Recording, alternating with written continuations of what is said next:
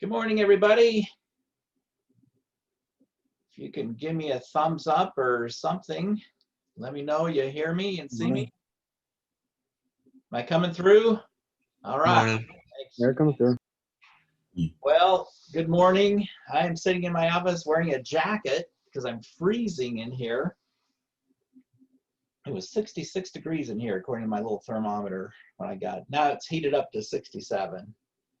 Oh, still cold. I don't know why. I'm just sitting here, I guess, instead of walking around. So get out your violins and start playing for me in sympathy. Let me start with showing you where the exam will be. Okay. Now it's not there yet, but this is where it's going to be. I'm going to show you from a previous semester.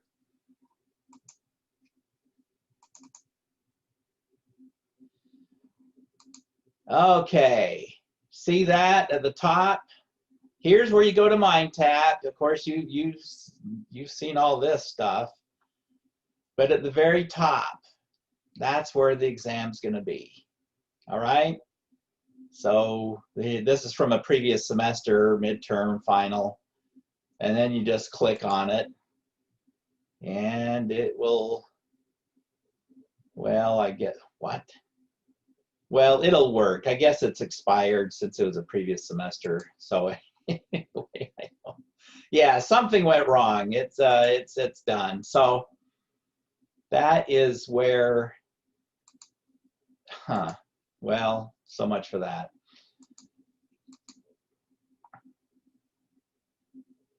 I have timed out. Well. I guess I had that sitting there too long. But anyway, you all saw it, right? Okay, it'll be right there at the top. All right, so there's a few things that we're going to do to wrap this chapter up. We're going to look at our little example, do a little reviewing of real GDP, nominal GDP, and we're going to continue on doing a couple of more calculations.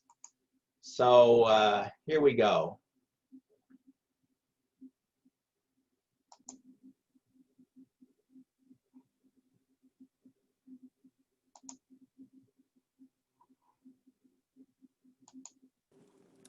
Let's review a little bit what we did last time. We have 2 years involved, year 1 and 2, keeping it simple. We have 3 goods: bread, bike, dentist. And we calculated nominal GDP in year 1 by taking the quantity of bread, valuing it at the price of bread. In year 1, bikes, 20, valued at $50 a piece. Dentist, 5 fillings at 100 a piece. Multiply these two, add the multiplication of these two, multiply those two, add them all up.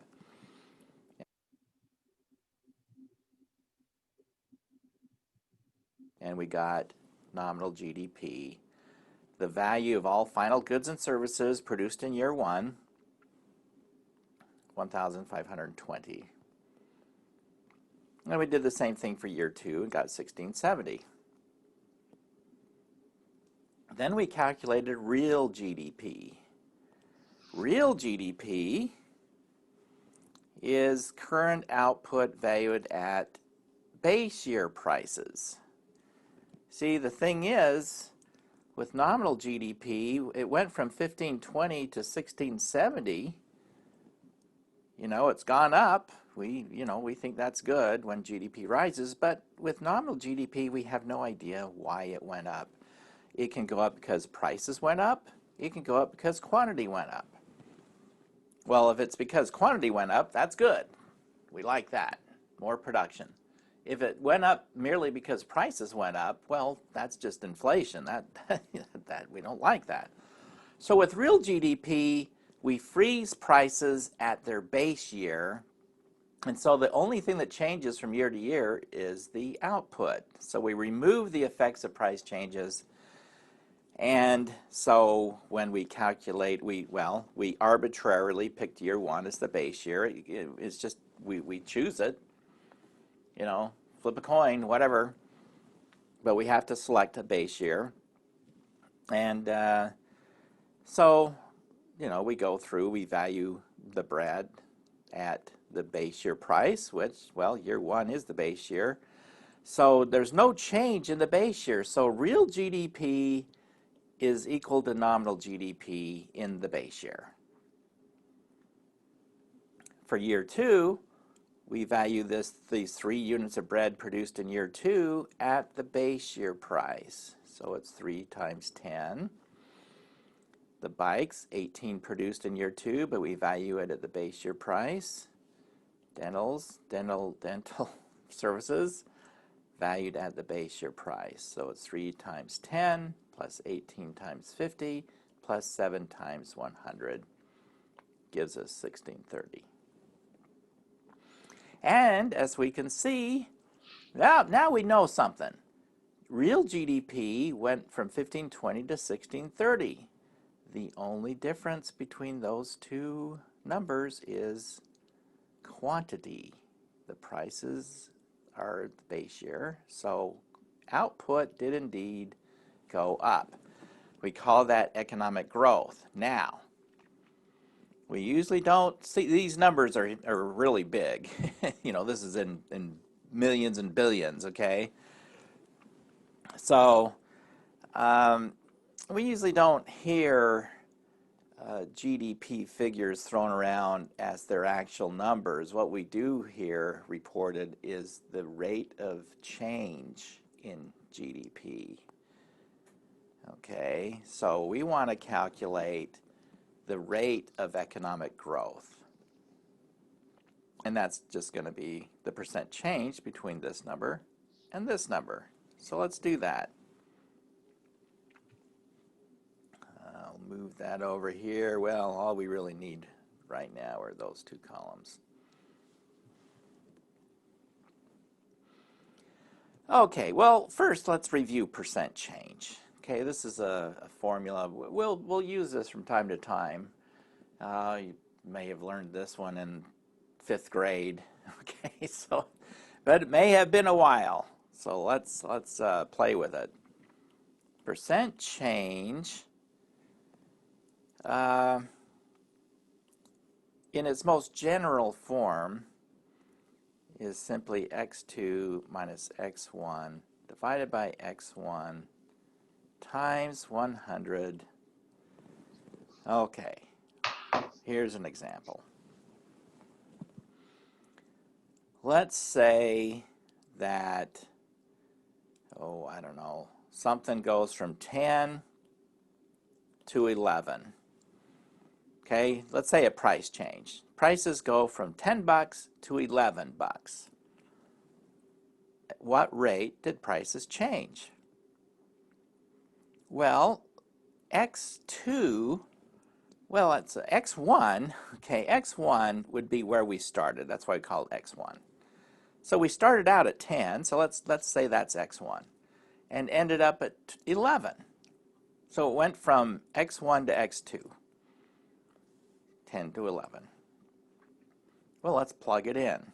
So that would be 11 minus 10. That's the absolute change. I mean, it changed by 1. Prices went up by 1, 11 minus 10. But we want to know that change as a proportion of where we started.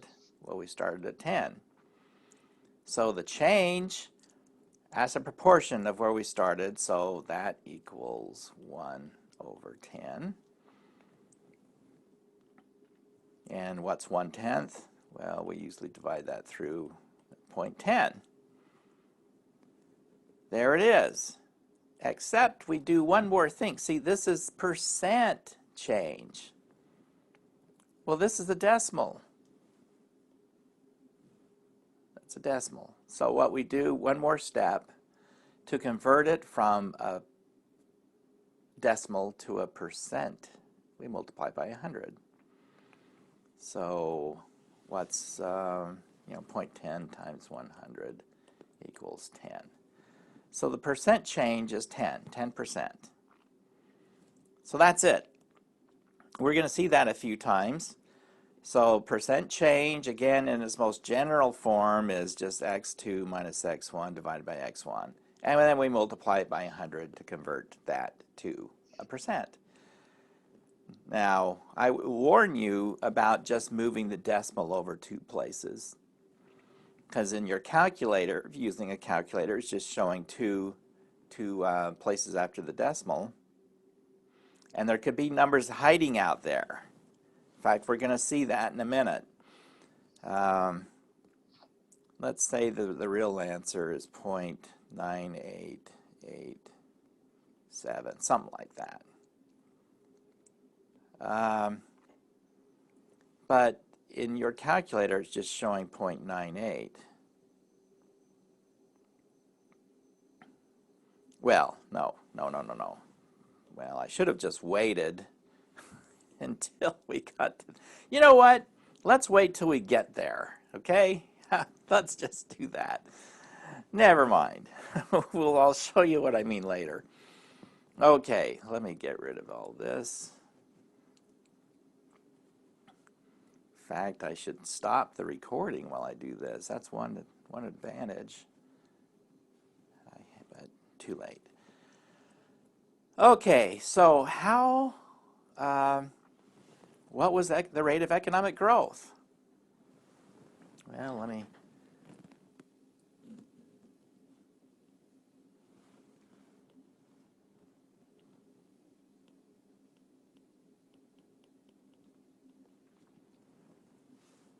Economic growth. Well, excuse me. Let's take the percent change, 1520 to 1630. Well, x2 minus x1 divided by x1 times 100.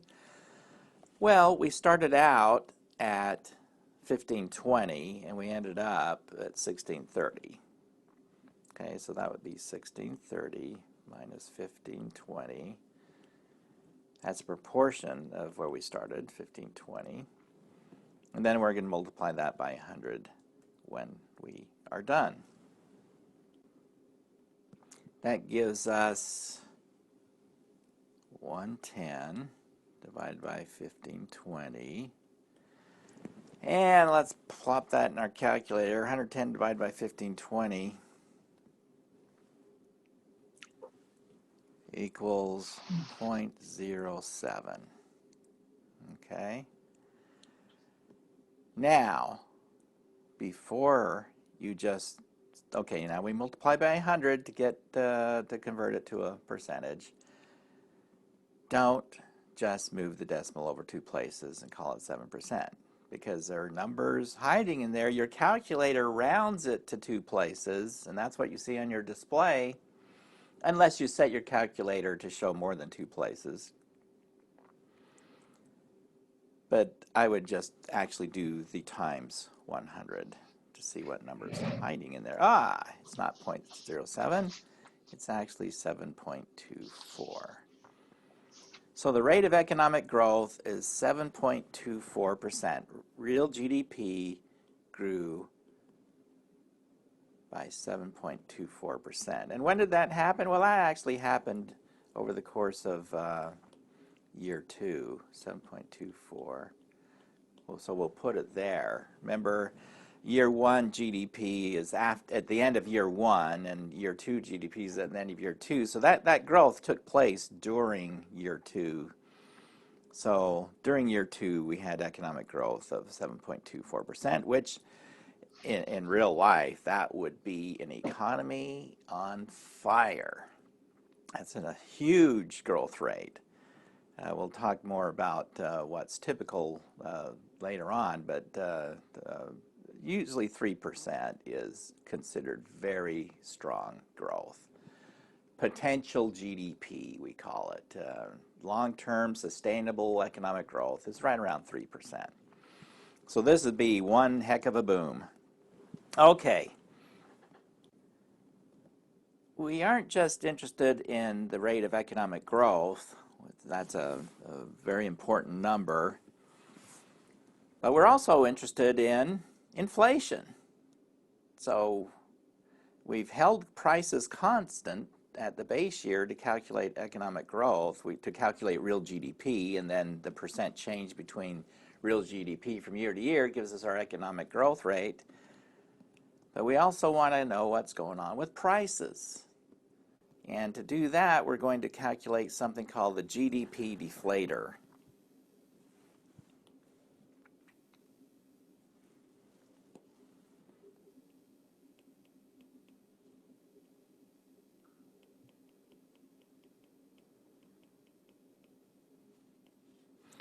The GDP deflator. Okay. The name, the word deflator is unfortunate. It really is better known as, or a better word would be index. GDP price index is what it really is. So what it is you take nominal GDP and we divide it by real GDP. So in year one, nominal GDP is 1520, real GDP is 1520, and we get 1. And what we also, in here, we multiply that by 100 to convert it to a percentage. Okay, so we times that by 100. So it's nominal GDP divided by real GDP times 100. And that gives us our GDP deflator of year one of 100. The interpretation of that, what that is saying is that in year one, prices are 100% of what they were in the base year. Well, year one is the base year. So, of course, they're 100% of what they were in the base year. But that's what that means. And so, in the base year, the deflator will always be 100 because nominal GDP and real GDP are the same in the base year. You're dividing a number by itself. It's always 1 times 100 is 100. So there we go. Okay, how about in year two? Well, we've got nominal GDP of 1520, 1520, and real GDP in year two of 1630. Okay, so I've erased all that stuff's over here. There we go. Whoops. Year one, year two. Okay, let's don't get mixed up here. So we're dividing nominal by real. Okay. 1520 divided by 1630. And that gives us, well, let's get out the old calculator.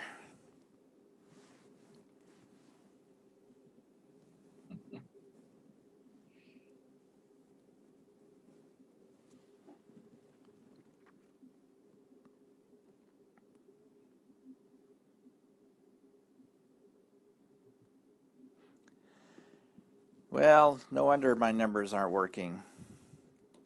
Boy, that's what I get for getting up early to do this. Should have done this yesterday, right, when I was fully awake. Okay, let's forget what I just did. It's not 1520. Year two is 1670. So yeah, see, I was just testing you. See, that's what I do. I was just testing you to see if you're paying attention. 1670 is nominal GDP in year 2, divided by 1630. Okay, here we go. 1670 divided by 1630, and we get 1.02. Again, we multiply by 100 to convert to a percentage. So we just hit times 100, and we get 102.45. There's the GDP deflator for year 2. 102.45. What that means is that in year 2, prices are 102.45% of what they were in the base year. So prices have gone up. In the base year, they're 100%. Now they're 102%. Now again, this is with the GDP deflator, we're doing just the opposite of what we're doing with when we calculated the real GDP, we were holding prices constant at the base year. Now we're holding quantity constant and letting prices change, essentially. So let's take a look. Nominal GDP, what is that? Well, that is current prices times current output, right? Real GDP is base year prices times current output. So when we divide nominal GDP by real GDP, notice that this is the same, output's the same in our number. This is what's changing. The prices are changing. So basically, we've got a ratio of current prices to base year prices weighted by the amount of output. So with the GDP deflator, we're holding output constant and letting prices change. So we know what happens to prices. With real GDP, we're holding prices constant and letting output change. So we know what happened to output. Okay, well, where are we? Let's see. Whoops, I didn't want to do that. How many columns we got? 1, 2, 3, 4, 5, 6, 7, 8, 9, 10, 11. Okay, we're at 11th column. We've only got 12 more columns of numbers to go, so we're getting there. Okay, just kidding. We've got one more thing to calculate. And just as with real GDP from year to year, you know, we go from one year to the next, what we see is it reported as a growth rate. The same with prices. We want to see that as a growth. That's a percentage change. And the percentage change in prices, well, think of it this way. Something that costs $100 in the base year now costs $102.45. That's a perfectly good way to think of it. So what is the rate of change in the prices? Well, it's just the percent change in between these two numbers. So we that's x2 and that's x1 in our calculation. We started at 100. We ended up at 102. So that would be 102.45 divided by, minus 100 divided by 100. So that's x2 minus x1 divided by x1. And that gives us 2.45 divided by 100. equals 0.0245. And then we times that by 100 to get 2.45%. And what do we call that number?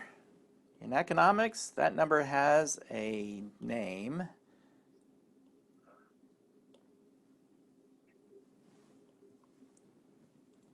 And we call that inflation. So the inflation rate is 2.45%. Okay, that's it. And again, because this is actually taking place during year 2, it's from the end of year 1, which is when we know what year 1 GDP is, and the end of year 2 when we know what the end, year 2 GDP is. So this is actually taking place throughout year 2. So in year 2, we had dynamic economic growth of 7.24%, and we had an inflation rate of 2.45%. Okay, that's it for pretty much for the number crunching here in this chapter. All right, well, we've got a little bit more to go, but tell you what, we've got, well, I didn't want to stop that. That's what I wanted to do. We've got a little bit more to go in this chapter, but let's, there's some other things I want to do in here. Actually, 2 chapters from now, we talk about productivity, and that's where we really start macroeconomics. Okay, so we've done a bunch of stuff, a bunch of introductory economic stuff, just in general. What's economics, And in this chapter, we're doing some national income accounting, just kind of defining terms and learning how to calculate a couple things. And then we're going to do more of the same in the next chapter. And then we really get into it, starting with productivity, the following chapter. And so there are a couple of videos I want to see that relate more to that chapter, but we got other stuff to do in that chapter, so I don't want to load them up all there. So one thing that relates to productivity and greatly are private property. Private property rights are huge, and here's a case study, if you will, a historical case study of the Pilgrims. Private property, think of it this way. If you planted 1,000 acres of corn and you nourished it all summer long, took care of it, but just anybody could come along and harvest it because you had no property rights over what you did. How much corn are you really going to plant? Okay, the next year, how much are you going to plant? Probably not a whole lot. And that is the problem with if you don't have well-defined private property rights. And the Pilgrims, they had a system where they had common property, more of a collective or socialistic economy. And the problem with that situation is the incentives are to do what? Well, I share everything I do with everybody else. Okay, let's say there's 100 people in your little system. I only get 1/100th of what I produce. How hard are you going to work if you only get 100th of what you produce? And if you don't produce much, hey, well, I still get a share of everybody else's, right? That's the problem. And that in a nutshell is why socialist economies are so poor. They can't produce the goods and services. Pilgrims nearly starved under such an arrangement, and they decided out of desperation they'd institute a private property system or more of a capitalist system. And production boomed to the point where they actually had corn enough corn left over. They had all they needed, but they had enough left over to export. So they went from starving to exporting just by changing the incentives. That's how important incentives are. You know, we talked about that in chapter 1. People respond to incentives. They sure do. Well, let's take a look at the Pilgrims. Except for, I forgot to turn on the sound.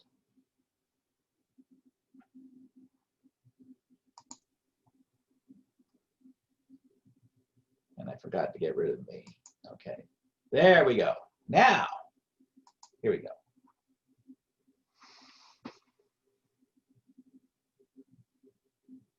This isn't playing. Can anybody hear this? The sound is muted. It's right next to the play button. Ah, what did I do that for? Here we go. Thanks. My wife and I have owned this house for almost 20 years. In that time, we've landscaped the front lawn, put in track lighting, completely rebuilt the kitchen, had a deck constructed, landscaped the backyard, and more. Total cost, over $100,000. Now imagine for a moment that instead of buying, we had rented all these years, or just squatted here with no legal title to the property. How likely is it that we would have invested so much in this house? Ownership doesn't mean we can do anything we want with our house, of course. There are town laws against making it higher or wider, storing hazardous waste down there, or opening a restaurant up here. But what ownership we do have provides us with an incentive to get the most we can out of our private property. Property rights have become so familiar in America, we take them for granted. But there was a time when people hotly debated whether private property was necessary or even sensible. That debate took place not far from here, around the time of the first Thanksgiving dinner. 50 or so miles down the Massachusetts coast and about 4 centuries back in time, the Pilgrims in Plymouth were forced by circumstance to try both private and common ownership. And it wasn't at all clear which would win out. This is the Plymouth Plantation, a living museum in which actors play the parts of people who actually lived here in the 1620s. The Pilgrims began their stay in the New World by working together as a team without any private real estate, building their homes, raising their livestock, farming their land as a group. In the beginning, collective effort seemed to make more sense than private enterprise, given the harsh environment, the cold winters, the unforgiving land. Understandably, the first Pilgrims felt that it was swim together or sink alone. Even the young salts who ferried them over on the Mayflower couldn't see an alternative to the collective approach. If they split up, they are such a small number as it is. I think they will be dead otherwise. It is not a matter of deciding, well, this is the best way to do it. Right now, I think 'tis the only way. Aside from seeking religious freedom, many Pilgrims made the decision to go west for the same reason later pioneers would, to have their own land and earn a good living. They weren't here to enjoy the communal life. But ocean passage on a boat like the Mayflower, plus the supplies needed for survival in the New World, cost a fortune. The Pilgrims didn't have it. Some English investors did. So the investors formed a company to bankroll the venture and profit accordingly. They believed that if the Pilgrims had private property and private enterprise, the investors would get less for themselves. The man responsible for looking after the investors' interests was Governor William Bradford. So in order to discourage anyone from going his own way, which of course would have been to the corporate hurt, we instead had every man to labor then for the common, so that our debts might be the more sooner discharged. The truth was the opposite. After only their second harvest, productivity was so low that the debts mounted and the Pilgrims went hungry. The collective approach was seen as the reason. And so in 1623, the Pilgrims switched to a system of private property, wherein each family could farm its own plot of land, hopefully pay off the debt faster, and reap the benefits. We asked John Alden and his wife Priscilla about the change. Did some people work less hard than others under the old system? I think that is true of man's corrupt nature, that some will look better to the gain of themselves and others will not. There were single men what were hearty in their carriage, what could labour very hard, and so much of their labours going to feed of a man who were beset with a goodly number of children, or a weaker man. And wherein you see not the fruits of your own profit, you should not be so well favoured of it.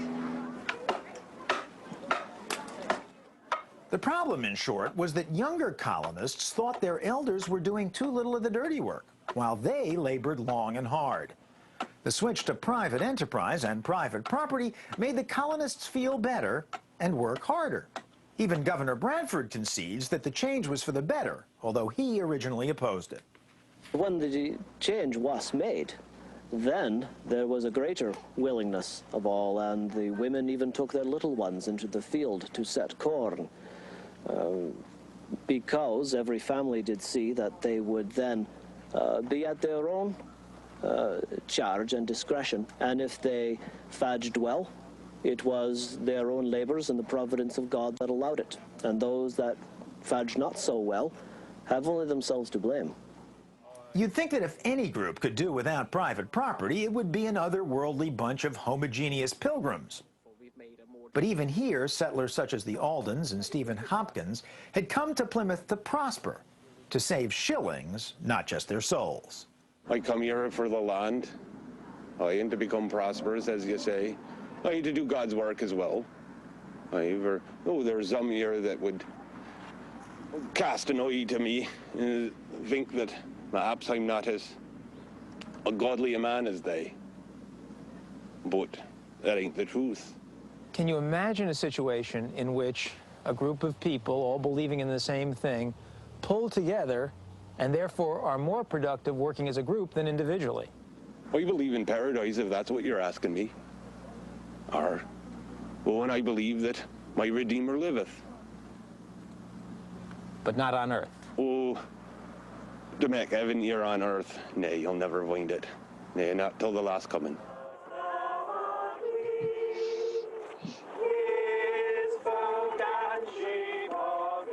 Prosperity brought problems of its own. Once people could profit from their own efforts, inequalities of wealth appeared. Atop the Forbes list of America's richest families in 1627 would have been this man, Isaac Allerton. Once Allerton was able to amass private property, he set out to expand the lucrative fur trade to the north. There's a river, Kennebec, that's 30 leagues north of here, I'd say, perhaps more. We hope to get a charter for that particular river. I've been led to understand that it would be quite possible. Some of us know how to open certain doors that need be opened in London, that some other folk of this town have had not such good fortune with.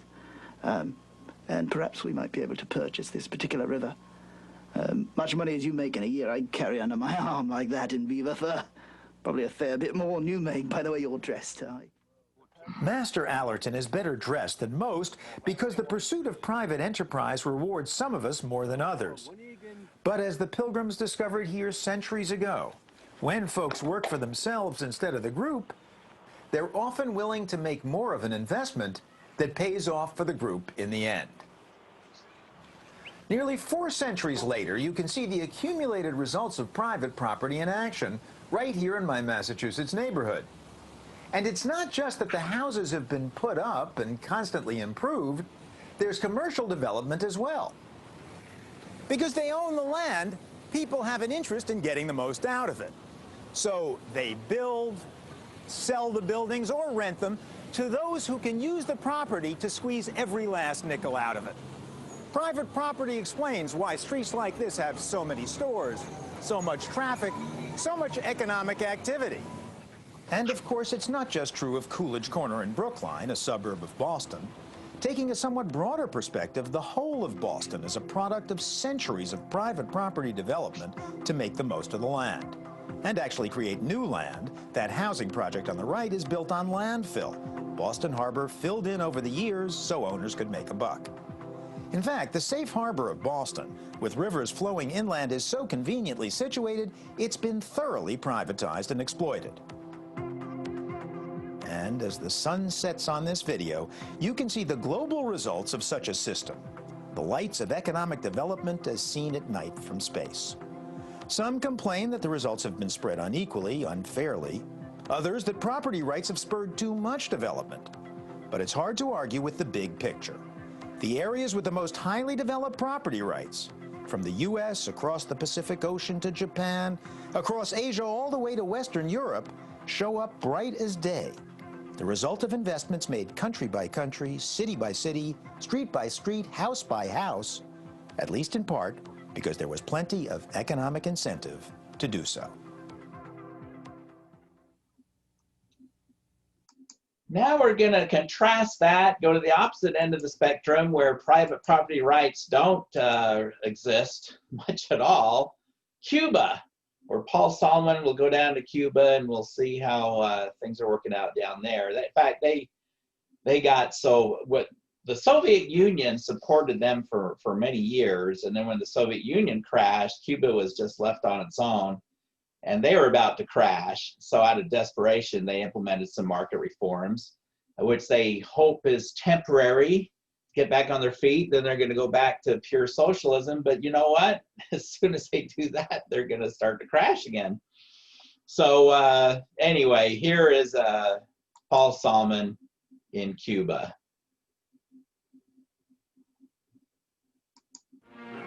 After World War II ended in 1945, America's top enemy for 50 years was an economic system that seemed unstoppable. Communism, the extreme form of socialism. Its chief champion, Russia, head of the Union of Soviet Socialist Republics.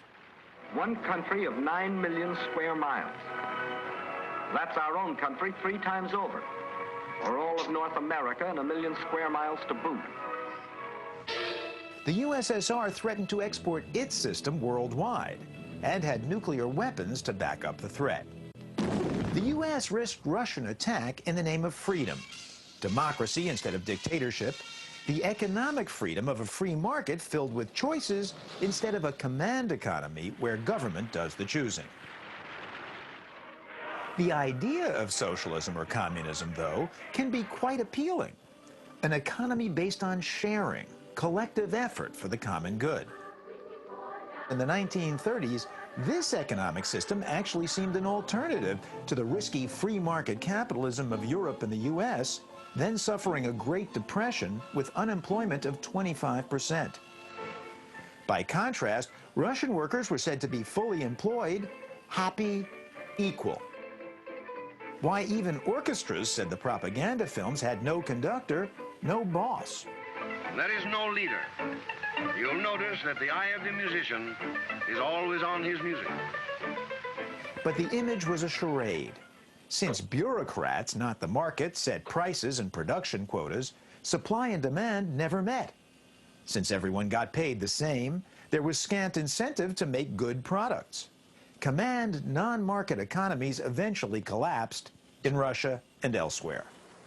And yet, a few countries still swear by socialism. Among the most extreme, Cuba, just 90 miles from Florida. No longer supported by Russia, Cuba is now struggling with the tensions between free market capitalism and government-controlled socialism. For the economic tourist, Cuba, and especially its main city, Havana, is a surprise. Yes, there are plenty of the expected third world vignettes, the make-work jobs, the makeshift travel arrangements, a public transportation system bursting at the seams. When the Soviet Union collapsed and its subsidies vanished, people were nearly starving here. But in recent years, a major makeover has been in progress. Cuba decided to sell its culture, its climate, its beaches to foreigners. And so tourists poured in all over the country from all over the world. Hotels now abound, especially in Havana, and new ones are going up, built by everyone from the Spanish to the Chinese. The U.S. forbids doing business with Cuba, but Cuban joint ventures with the Japanese and Koreans have brought in household gear you might see at any American shopping mall. And supermarkets offer an almost all Cuban clientele everything from Brazilian Diet Jello to Jack Daniels and Johnny Walker Red. This year's sales at the Supermercado? Up to this moment, they are $6,324,000. The average bill per customer is $17.36. That's right. Here you pay not in Cuban pesos, but in U.S. dollars, encouraged after the Russians pulled out. Tourism and foreign investment help dollars now reach its estimated more than half the Cuban population. In short, it seems like capitalism is taking root. On the other hand, many Cubans still think capitalists are pigs.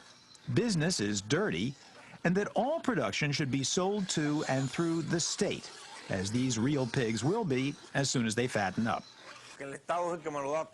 The state gives me everything I need, the grain, the breeding stock, so my commitment is to them. Sometimes the private guys show up, but I don't trust their scale. With the state, I always have confidence. The government still issues every family a monthly ration book for enough food to survive. Dictator Fidel Castro has banned billboard advertising in favor of political propaganda, featuring revolutionary martyr Che Guevara and slogans like, "This is the socialist revolution right under the nose of the U.S." And when we tried to interview a would-be emigrant, the police stopped us, took our documents, and wanted to take us downtown. We sneaked these shots from our van. The government did let us interview prominent dissidents, at least those who weren't in jail, like Elizardo Sanchez. But they said Cuba's as unfree as ever. What we have here is closer to the Soviet totalitarian system, an absolute state monopoly that controls virtually everything, down to the barbershops. In Cuba, then, an economics reporter can feel totally confused. At some moments, you think Castro has saved the command economy, and right under Uncle Sam's nose. At other times, it seems clear the free market is burrowing irresistibly from within. The elite Lenin High School, we figured, might be one place to sort things out, since this is Cuba's training ground for the next generation. A group of English speakers was waiting for us. Schoolmates, I tell you, you're welcome, and I hope you get satisfied with our school, with our students, with us. Thank you. Oh, thank you. We got the red carpet treatment, and it kept getting redder. We don't want capitalism. We want socialism. We are the same people. We have the same clothes, the same things. It's not that the other country that you're better than me because you had a new Adidas and I don't. The kids at Lenin High seem determined to sustain socialist equality, even if it means no Adidas. As for the market changes Cuba's made, we don't want those changes. We have to put them there because we need them. If we don't need them anymore, we will fade it. Fade it. They will fade it. That is, phase out the free market experiment that Cuba has had to conduct. Now, maybe these market changes are temporary, and schools like this will restore Cuba's purest past, or maybe, instead, Cuba's many private markets are already beyond a point where anyone can fade them. Food production has exploded, for instance, because of free market incentives that let farmers sell privately some of what they produce. So, incentives work? Clearly, yes. It's obvious. That's the way it works everywhere. Incentives not only mean more food, more available, without long waiting lines, they also mean better food at the private markets. It's better quality. This is what people are looking for. There's less fat, there's less bone. You understand? You even see socialism versus capitalism at the old ball game. Omar Linares is a slugging superstar who's had million-dollar offers from U.S. teams, but turned them all down. Why? I prefer to stay in Cuba because this is my country. Everything I have accomplished, I owe to the revolution. On the field, the Socialist Party line. In the stands, however, entrepreneurship run rampant. Omar Linares, ¿dónde? ¿Cuánto? $5. $5. Sí. Omar Linares? No, it doesn't say Linares. It says a different name. It's the way he signs. He does it real fast. He signs with another name? No. I don't know. Maybe he was in a hurry. The question is, Can social equality hold out as the market marches in? A question so much in the air, it's the punchline of Cuba's top joke, judging by how often we heard it, the Hotel Nacional gag. A girl dumps her boyfriend, the joke goes, because he pretended to be a hotshot at Havana's ritziest tourist hotel. He swore he was the doorman at the Nacional, the girlfriend fumes. In fact, you know what he does? He's just another damn Cuban neurosurgeon. In other words, there are Cubans paid by the state, Cubans paid by the market, and less do their wages meet. It was no joke to economist and Cuban exile Antonio Morales Pita. For me to become a professor, I had to study 20 years. I have to work very hard. I have to sacrifice part of my youth, part of my marriage in order to become qualified. And then this other person has finished 8th grade or 9th grade in grade school. How is it possible that he's going to make 10 times more than I make? I mean, it doesn't make any sense. Because you're undervaluing it. You are undervaluing it. And eventually there are not going to be very many bright people becoming professors. Of course not. Of course not. No, of course not.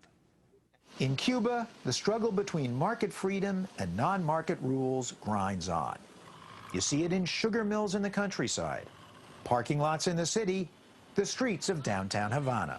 The question is, can socialism hold out here in the face of a global market economy?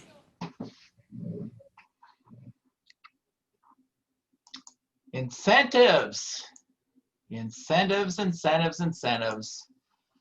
We respond to them, we respond to disincentives, and that's the bottom line right there. Well, let's finish up the chapter. Where am I? Got one little section to go, and here we go.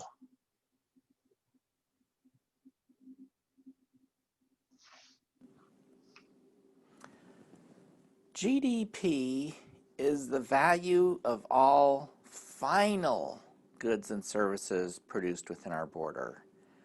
Okay, I'm going to emphasize the word final here.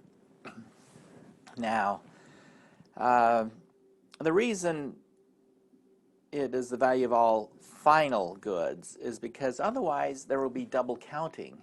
If we count all the intermediate goods along the way, you know, say Goodyear, you know, sells tires to the auto manufacturer. If that is included in GDP, then we're going to count the tires twice. We're going to count the tire sale from Goodyear to Ford, and then when the car is purchased, we're going to count the value of the car, which incorporates the value of the tires. So the tires get counted twice. We don't want to do that. Okay, for example, here we have the farmer. We have the farmer growing the wheat and he sells the wheat to the miller. Okay, say the farmer sells for 12 cents. The value added, well, he's created 12 cents of value, right? Okay, so what does the miller do? The miller grinds the wheat into flour and sells it to the baker. Let's say the miller sells to the baker for 28 cents.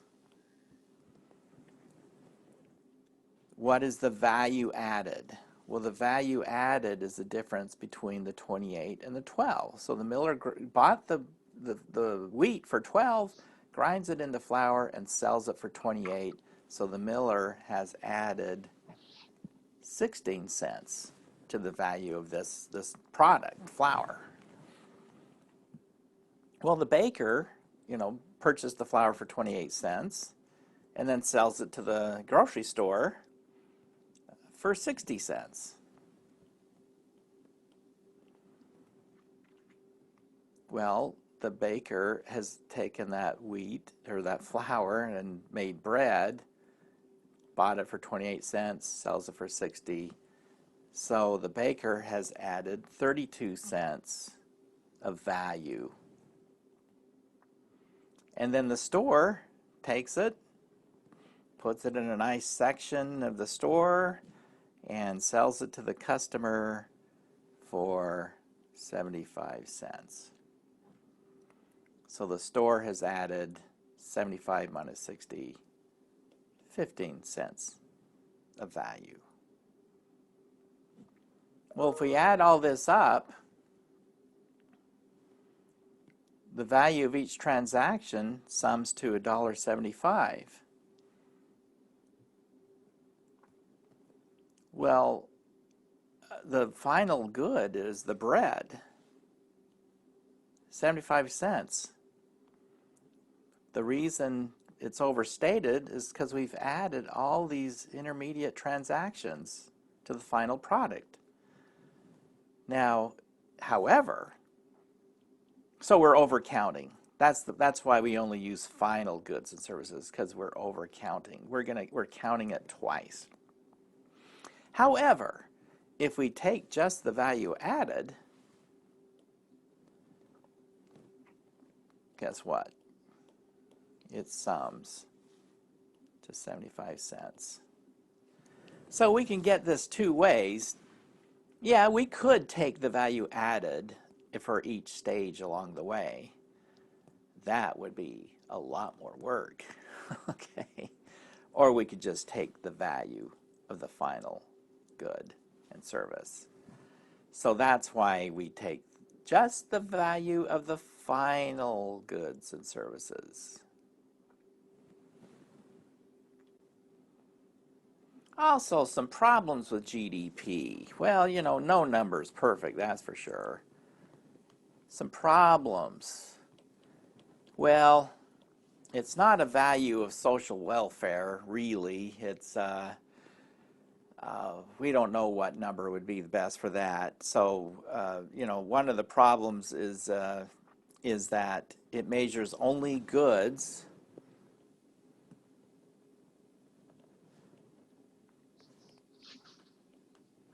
not bads, okay?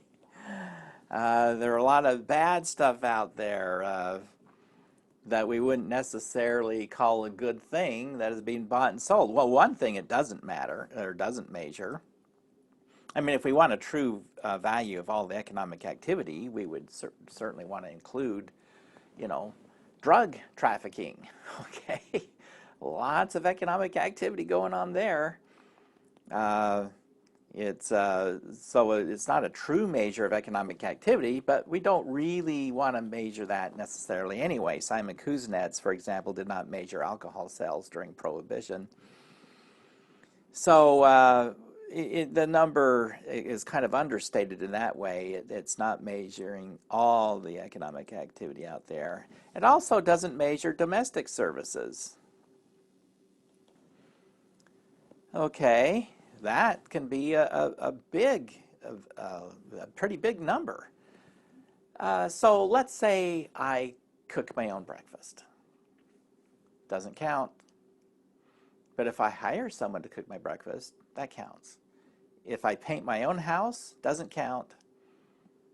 If I hire someone to paint it, it counts. Mow my own lawn, same thing. Okay. So it doesn't include, and there's a lot of value in that.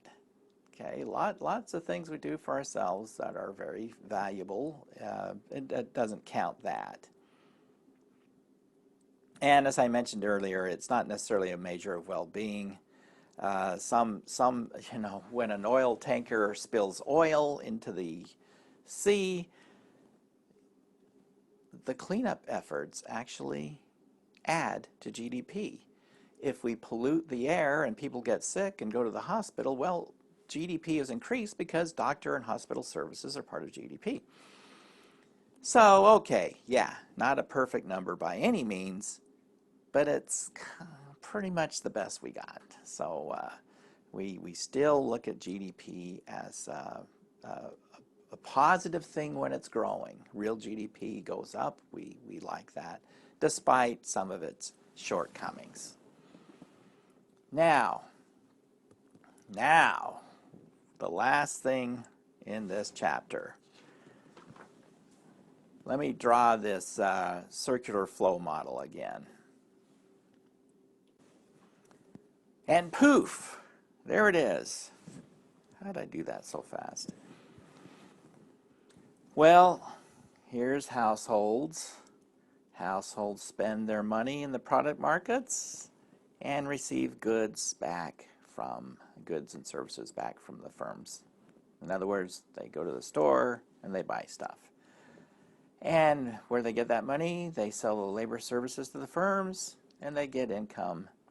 So, in other words, you go to work, you get a paycheck.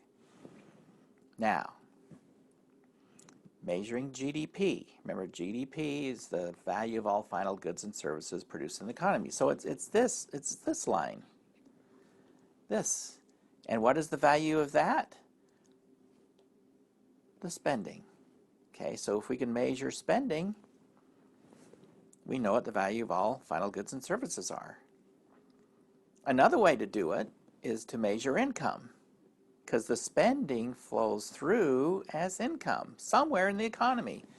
All that spending goes into somebody's pocket somewhere, where there's interest, dividends, wages, salaries, whatnot, okay? That's more complicated. But you can add up the income and you'll get this. So we are going to focus on measuring spending. So GDP here will be the sum of spending.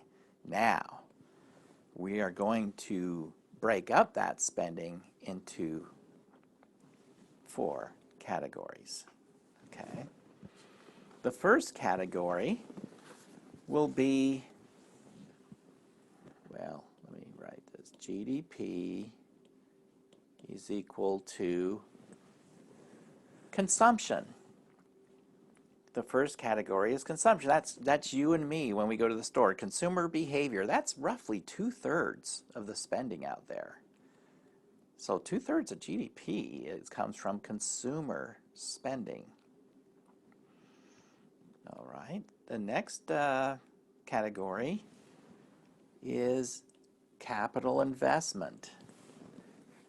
Okay, we've talked about what capital investment is. This is goods that are used in the production of other goods. So it could be heavy equipment, factories, warehouses, trucks, cars if used in business, computers. All that stuff is capital investment. And government. Government spending is part of GDP. Yes, government is in there. Government hires people, and it buys cars and computers and, all kinds of spending. They build highways, right? That kind of thing. And what it does not include here is transfer payments, because that will result in overcounting. Double counting, right? So if if I earn money and then the government takes part of it in taxes, see, my earnings, that's what I produce counts as GDP, but then they take it and give it to someone else and they spend it, so you're counting it twice. So only government spending on, production of some kind counts here. Redistribution of income doesn't count. Okay, so the other component is exports. So if you all we're doing is we're dividing up this spending into the categories of who does the spending. Consumers spend, businesses spend, government spends, and foreigners spend. Those are the categories of who buy produced goods in the United States or anywhere. We're talking about U.S. GDP, of course. So, there we are. Pretty simple. Now, note that the same good could be any one of these, really. let's say a computer. If I buy a computer and play video games on it, it's consumer spending. If a business buys a computer and uses it in their production or in their business, then it's capital investment. If government buys a computer for use in their operations, it's government spending. And if someone outside the country buys a computer produced in the United States, that is called an export. Now, we're going to make one little adjustment here. Is all consumer spending done in the United States? Is everything you buy made in the United States? No. Some of it is produced elsewhere. We call that imports. And we use M as imports. So really we need to subtract an M there, consumer spending minus any imports, because we're interested in, remember, GDP is goods and services, final goods and services produced within our borders. So if we count all consumer spending, that's overcounting. Same with investment spending. We need to subtract any capital investment spent overseas. Same with government. Need to subtract. Well, in practice, we don't do that. Okay. What we do instead is over here, we just subtract it from exports. So we net out exports. So we've got C plus I plus G plus X minus M. So we adjust it here. Net export. So this is often written as NX. Net exports is exports minus imports. So you'll see it either way. Actually, usually you'll probably see it like this. C plus, okay, so GDP, and we're going to see a lot of this throughout the course, so don't worry. So our spending, that spending line over here, this here, that measures the value of goods and services,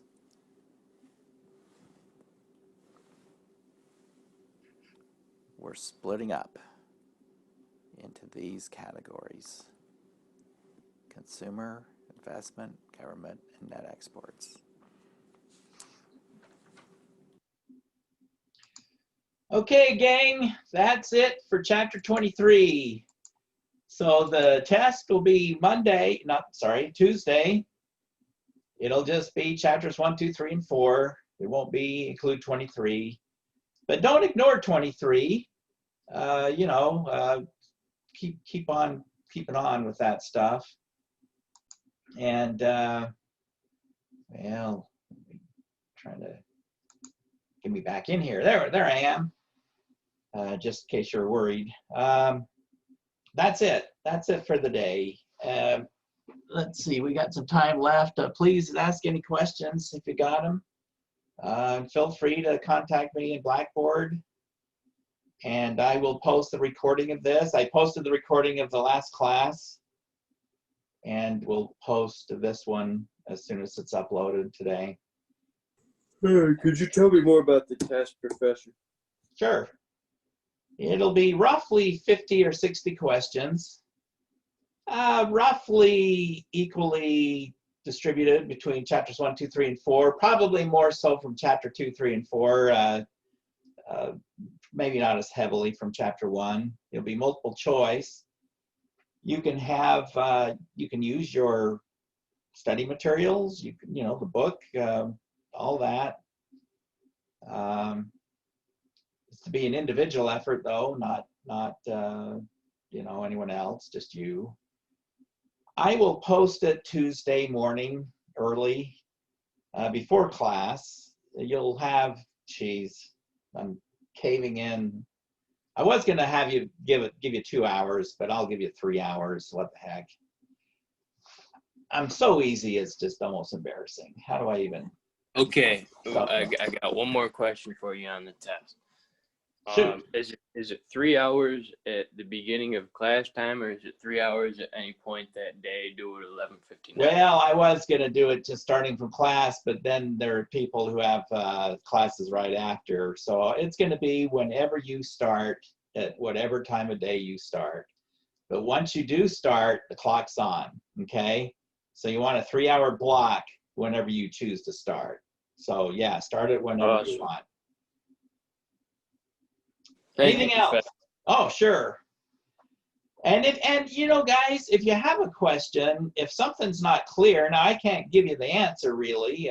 You know, there's only so much I can do, but I can clarify perhaps a question. So don't, you know, go ahead and shoot me a message. I will be checking in throughout the day, and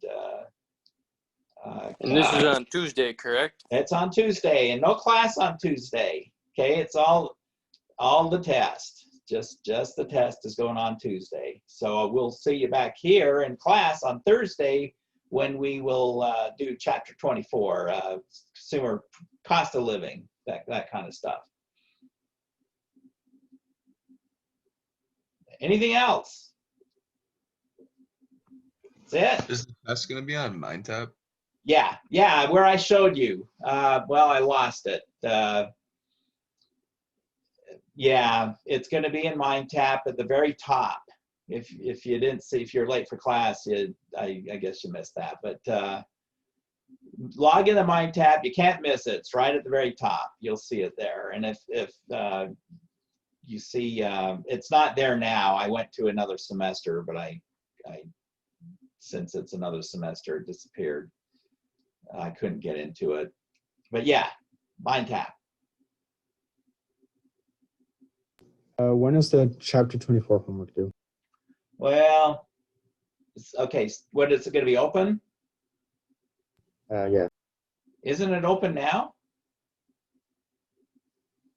I think it is, but when is it due? Oh, when's it due? Well, we haven't even covered 24 yet. You mean 23, what we just finished? Yeah, I meant 23, sorry. Oh, gosh. Since we have the test, I want you to focus on that, but let's don't have it done next week. I was thinking next Thursday, but we don't meet again till next Thursday. So it probably won't be due till the next week. But so you got a very generous due date, but don't put it off till then, okay? As soon as you're done with the exam, hit 23 hard. And in fact, hopefully you're in it now, but yeah, it won't be due next week. Just focus on the exam for right now. Okay, what else? What else got in your mind? That's it? Going once, going twice? So, I'm all good. Have a good day. All right, guys. Good luck to you, and feel free to ask a question. Contact me in Blackboard if you would, and I'll see it sooner and get back to you quicker. And it's just better. So, all right, we're done. Have a good day. Have a great day, you guys. It's been a pleasure. Bye-bye.